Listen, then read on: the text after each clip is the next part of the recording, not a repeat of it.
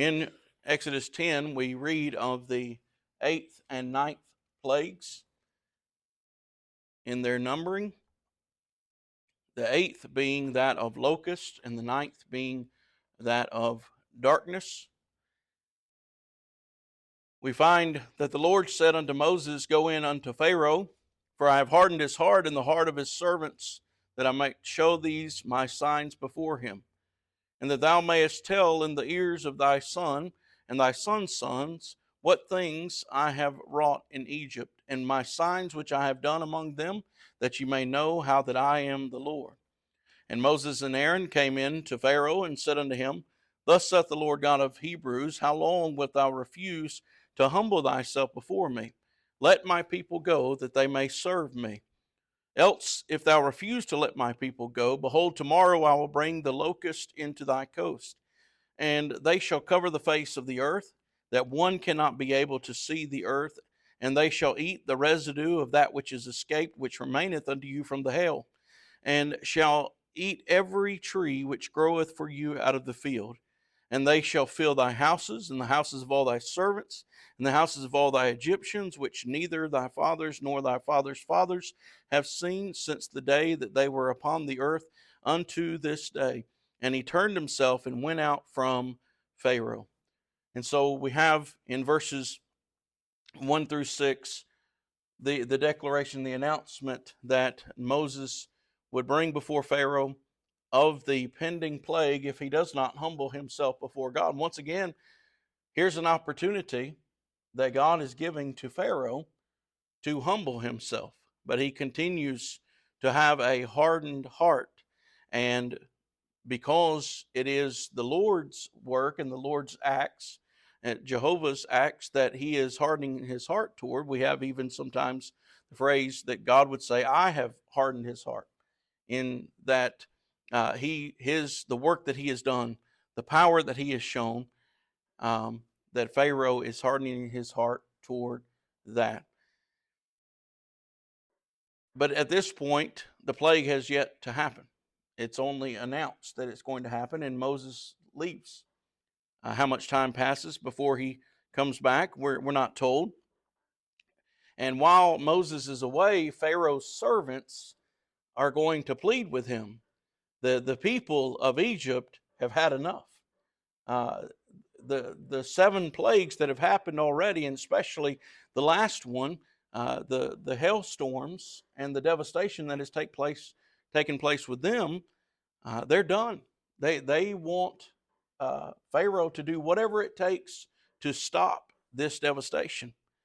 So in verse 7, Pharaoh's servant said unto him, How long shall this man be a snare unto us? Let the men go, that they may serve the Lord their God. Knowest thou not yet that Egypt is destroyed?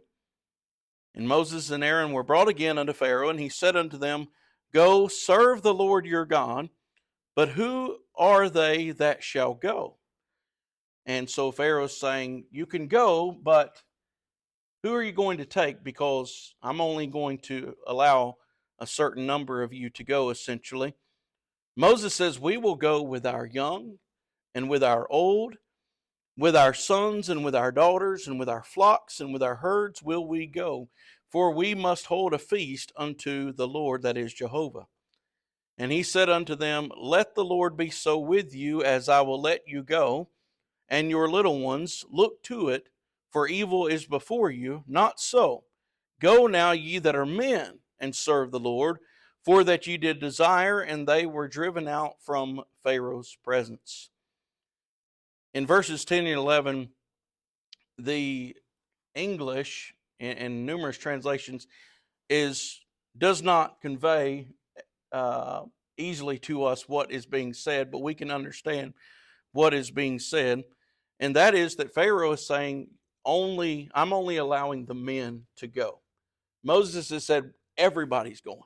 We're taking our women, we're taking our children, we're taking our grandchildren, we're taking our herds, and we're leaving, or we're going to hold a feast unto Jehovah. And Pharaoh says, no, you've got an evil plan here. And so you don't need any more than just the men, essentially, to offer sacrifices unto your God. And certainly Pharaoh probably had a mindset of that, or concerning the sacrifices that they might offer to their own gods. And he says, only the men can go. So he drives, that is Moses and Aaron, were driven out of their presence. So you get the idea that Pharaoh's not happy. He's angry, and he forces them out. And so, because he does not humble himself before God, well, then the locusts are going to come. And that's just what happens. In verse 12, the Lord said unto Moses, stretch out thine hand over the land of Egypt for the locusts, that they may come upon the land of Egypt and eat every herb of the land, even all that the hail hath left. And Moses stretched forth his rod over the land of Egypt, and the Lord brought an east wind upon the land all that day and all that night. And when it was morning, the east wind brought the locust. And the locust went up over all the land of Egypt and rested in all the coast of Egypt. Very grievous were they. Before them there were no such locusts as they, neither after them shall there be such. For they covered the face of the whole earth, so that the land was darkened, and they did eat every herb of the land, and all the fruit of the trees which the hail had left, and there remained not any green thing in the trees or in the herbs of the field through all the land of Egypt. And so then Pharaoh is going to call for Moses and Aaron in haste, and he said, I have sinned against the Lord your God and against you. Now therefore forgive, I pray thee, my sin only this once, and entreat the Lord your God that he may take away from me this death only. And he went out from Pharaoh and entreated the Lord, and the Lord turned a mighty strong west wind, which took away the locust and cast them into the Red Sea. There remained not one locust in all the coast of Egypt, but the Lord hardened Pharaoh's heart, so that he would not let the children of Israel go. When you go back to chapter 9, verses 31 and 32, you read of the hailstorm, how that the flax and the barley was smitten, and the barley was in the ear, and the flax was bold, but the wheat and the rye were not smitten, for they were not yet grown up.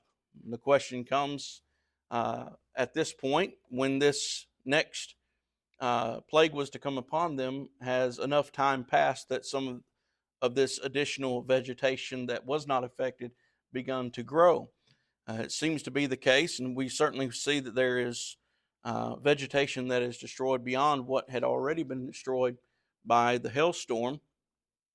And this is described as a locust swarm like had never been before and like would never happen again.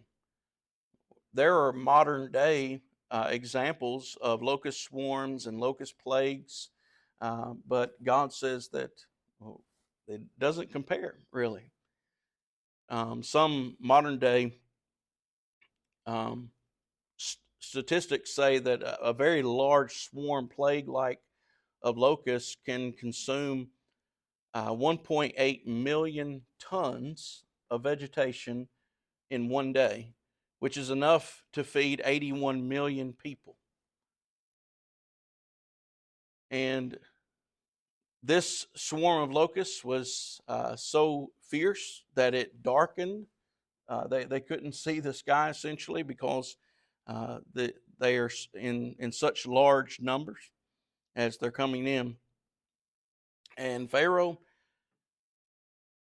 confesses that he has sinned. Now, obviously, there is a difference between worldly sorrow and godly sorrow. It is apparent to us that he did not truly have godly sorrow, in that he was seeking a change in his own life. But as I mentioned before, with idolatrous people, oftentimes their mindset of a deity was that as long as I can get them their wrath appeased, well, then there's not really anything I have to change on my part. I might have to offer some sacrifices, I might have to pray to these deities, but there's no change required on my part. And that's oftentimes the mindset of the idolatrous. And so it's likely that Pharaoh was viewing Jehovah in that very same way. But Jehovah is showing him that he's not like these other gods that he serves. And he's going to also show the Israelites that he is not like the gods that they have seen being worshipped in Egypt, and that he is a God that requires change and requires devotion and wants a relationship, wants love from those he has created. What questions or comments to this point?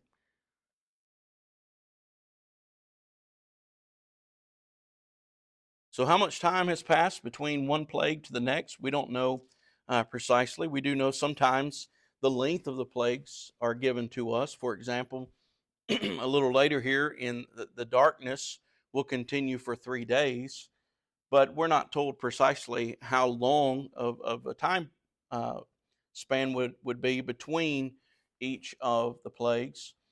Some estimates have been given as to maybe the length of the 10 plagues, um, the transpiring of time that went past, or the process of time, might have been up to a year that this took place. That I don't know. We're not told those details.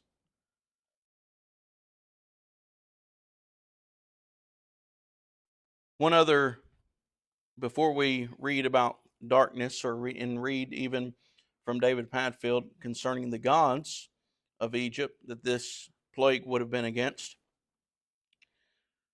Another question that I've come across is, why did God have Moses request Pharaoh allow the Israelites, or grant the Israelites, to go a 3 days journey for a feast, for a period of worship um, unto Jehovah, if if all along, and it's assumed that those that ask this question assume that it would be at that point that God would then take the children of Israel and go on and leave, that they're not actually just going 3 days journey, that they were going to take off and leave at that point. And there's an assumption there that there's manipulation by God in asking this. What are your thoughts? Why would God have Moses request Pharaoh to grant the Israelites a temporary leave, a 3 days journey to worship or have a feast unto Jehovah, instead of just sticking to the concept that we're leaving for good? Could certainly be a period, a type of test. And God knew Pharaoh's heart ultimately. He knew how God would, or he knew how Pharaoh would respond. But I wonder, again, we don't know how much time has uh, passed between each of these. I wonder about the possibility, because we know God is teaching the Israelites during this time period, and he's teaching the Egyptians throughout this period of plagues. Perhaps he is showing anyone who would hear, and especially the Israelites that he's delivering, how important worship is to him. In that, on one occasion, he would specify, just let my people go. But then another occasion, he would say, let them go and worship, signifying that a routine period of worshiping God was something that he cared about and that he desired for his followers. So I think to assume and even to accuse God of being manipulative in saying that, well, he's asking for 3 days journey, but they're actually just going to take off when they go. I don't know that that's the case. As far as we know and what's revealed to us, and we take God at his word, he legitimately wanted them to go 3 days journey and worship before he would deliver them entirely. All right. David Padfield says of this eighth plague, that the gods of Egypt affected by this plague, um, he says, they were silent again, and the destroyed trees and crops left famine and unrest in the land. He says, where was Neper or Nepri, the god of grain? Then he goes on to give some references to writings concerning that god of Egypt. Again, where was Renuet? I'm not an expert in these gods, that's for sure. The cobra goddess of grain. again, or Isis, is silent. Again, Set or Seth, the god of crops, was also silent. And so we move into the plague of darkness. Pharaoh's hardened his heart again. And the Lord said unto Moses, Stretch thine hand toward heaven, that there may be darkness over the land of Egypt, even darkness which may be felt. And Moses stretched forth his hand toward heaven, and there was a thick darkness in all the land of Egypt 3 days. They saw not one another, neither rose any from his place for 3 days, but all the children of Israel had light in their dwellings. And Pharaoh called unto Moses and said, Go ye and serve the Lord, only let your flocks and your herds be stayed. Let your little ones also go with you. And Moses said, Thou must give us also sacrifices and burnt offerings, that we may sacrifice unto the Lord our God. Our cattle also go with us, there shall not an hoof be left behind. For therefore must we take to serve the Lord our God, and we know not what we must serve the Lord until we come there. But the Lord hardened Pharaoh's heart, and he would not let them go. And Pharaoh said unto him, Get thee from me, take heed to thyself, see my face no more. For in that day that thou seest my face, thou shalt die. And Moses said, Thou hast spoken well, I will see thy face again no more. So the ninth plague, darkness, a darkness which I cannot even begin to comprehend. He says it's so dark that it can be felt, that there was no glimmer of light. And it was so dark that they didn't even move. They didn't have any sense of how to move, so they stayed in their place. But yet the Israelites down in Goshen, they had light in their homes, we're told. Did God allow that to be seen by the Egyptians? I don't know that that's the case, but that the Egyptians would have experienced complete darkness. And then Pharaoh is going to tell him to leave. He's not letting him go, but he says, don't come back up here again. If you do, I'm going to kill you. I'm going to put you to death. Again, we see Pharaoh offering a compromise. I'll let you go, but you've got to leave your herds behind. And Moses says, no. You're sending herds with us. You're sending sacrifices with us so that we can sacrifice unto God. We don't know how much we'll need until we get there. He says, not an hoof shall be left behind. In just a moment, I'll share with you some things perhaps that Brother Greg Dismute put together in a lecture back in 2010, I believe it was, for the Power Lectures. But looking at what David Padfield says about darkness and the gods of Egypt, which would have been affected by this plague, he says a plague of darkness was an insult to Egypt's religion and entire culture. And then he quotes from one Wells in a book entitled Exodus, that being a commentary on Exodus. From the perspective of the Egyptians, the absence of sunlight had profound meaning. They believed that the regular circling of the sun god in the sky meant his blessing on Egypt. Any interruption in that cycle spelled disaster. Thus, this text seems to be targeting the sun god, probably the most venerated deity in Egypt. But which Egypt god does the biblical text have in mind? Throughout Egyptian history, the sun was worshipped as a manifestation of various deities, such as Atum or Re or Amun or Amun-Re, or he says Pharaoh too was associated with the sun. Despite the ambiguity, the narrative of Exodus is once again claiming utter powerlessness for the king and the gods of Egypt. Moreover, darkness frequently turns up in biblical texts as a symbol of judgment. And so we'll not go on and read all of these, but allow that one reading to suffice, as God would continue to show his power over the gods of Egypt, these false idol gods which were not living and had no real power. How many attempts do we find Pharaoh making to make compromise with Moses?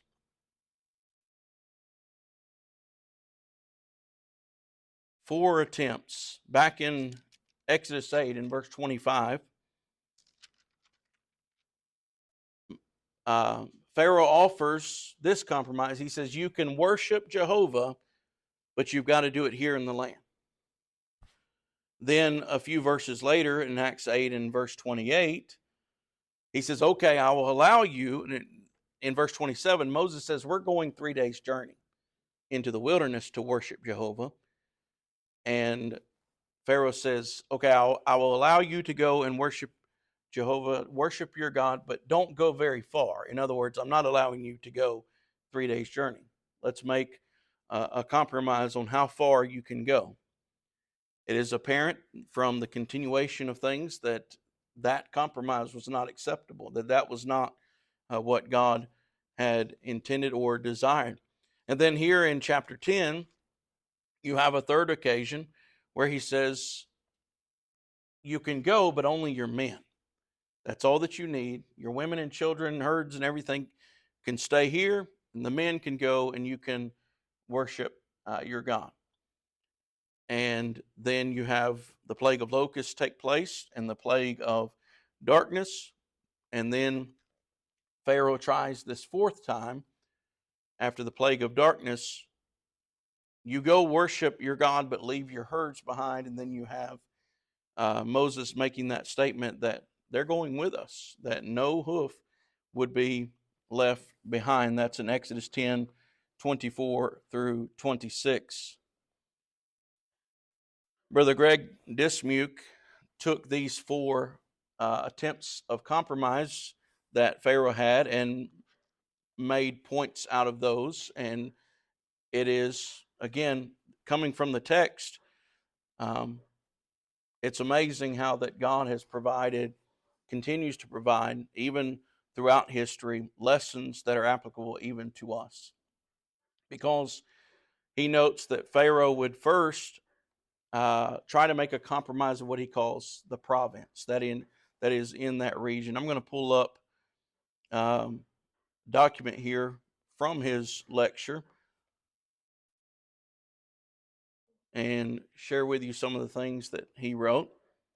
In this lesson, he says, we will examine the 4 attempted compromises of Pharaoh, which would have resulted in compromises in the province, Exodus 8:25, the parting, Exodus 8:28, or I might say proximity, the nearness, the progeny, that is children, and Exodus 10:8 and 11, and the property, Exodus 10 and verse 24.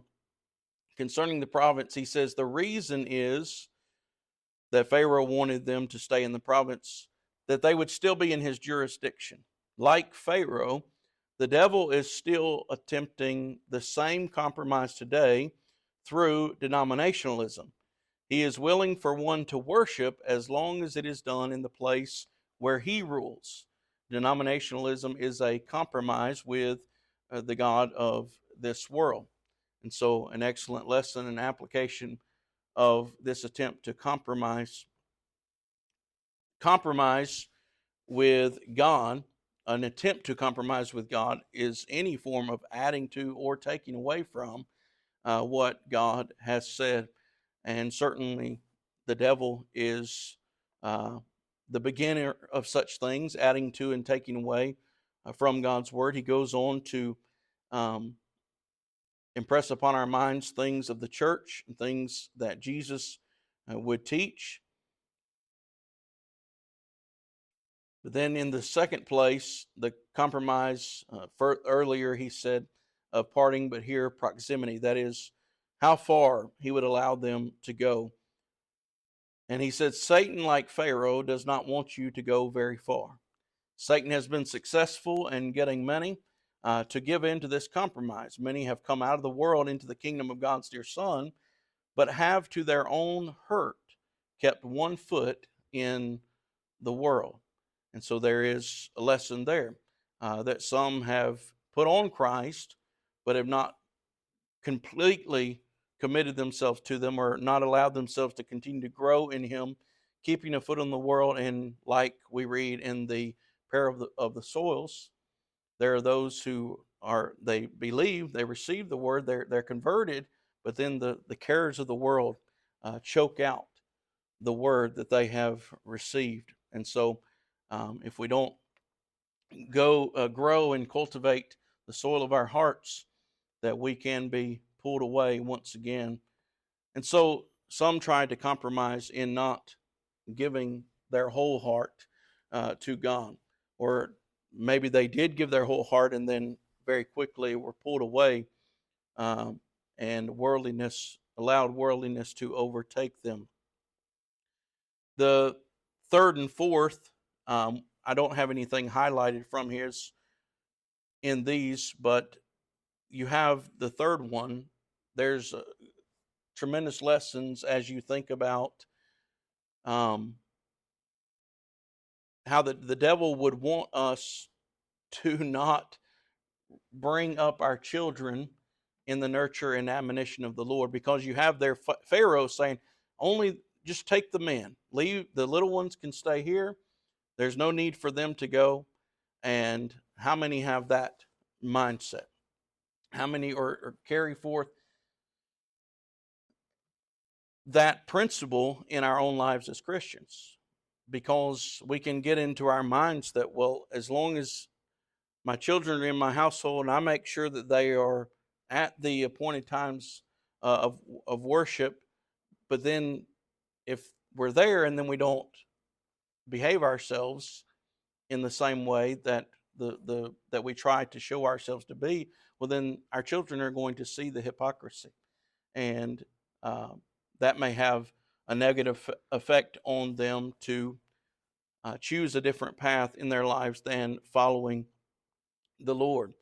There are other compromises that we could consider in the church, oftentimes, that happen. One such example that comes to mind is this idea of children's church that many have, that when the worship is happening, the worship assembly is happening, we're going to take the children off into another room, and we're going to have their own little worship, separate and apart from the rest of the assembly. And as one colleague of mine said, and a fellow preacher said, that the first 10 years of his life he spent in children's church, and the next 10 years of his life he spent getting it beat out of him, because he didn't know how to behave in worship, and he was not reared in the worship assembly as he ought to. We could consider a number of other examples where we need to make sure that we don't leave our children behind when we go to serve the Lord in that mindset. And then also you have the compromise of property that he would bring out. And many may be tempted to try to serve God, but not with their possessions. That is, that they, like the rich young ruler, he kept all of those commands, but Jesus knew that there was something hindering him from being completely devoted to God, and that was his possessions. And so Jesus commanded him, go and sell all that you have and give to those who are in need. And then he went away sorrowful.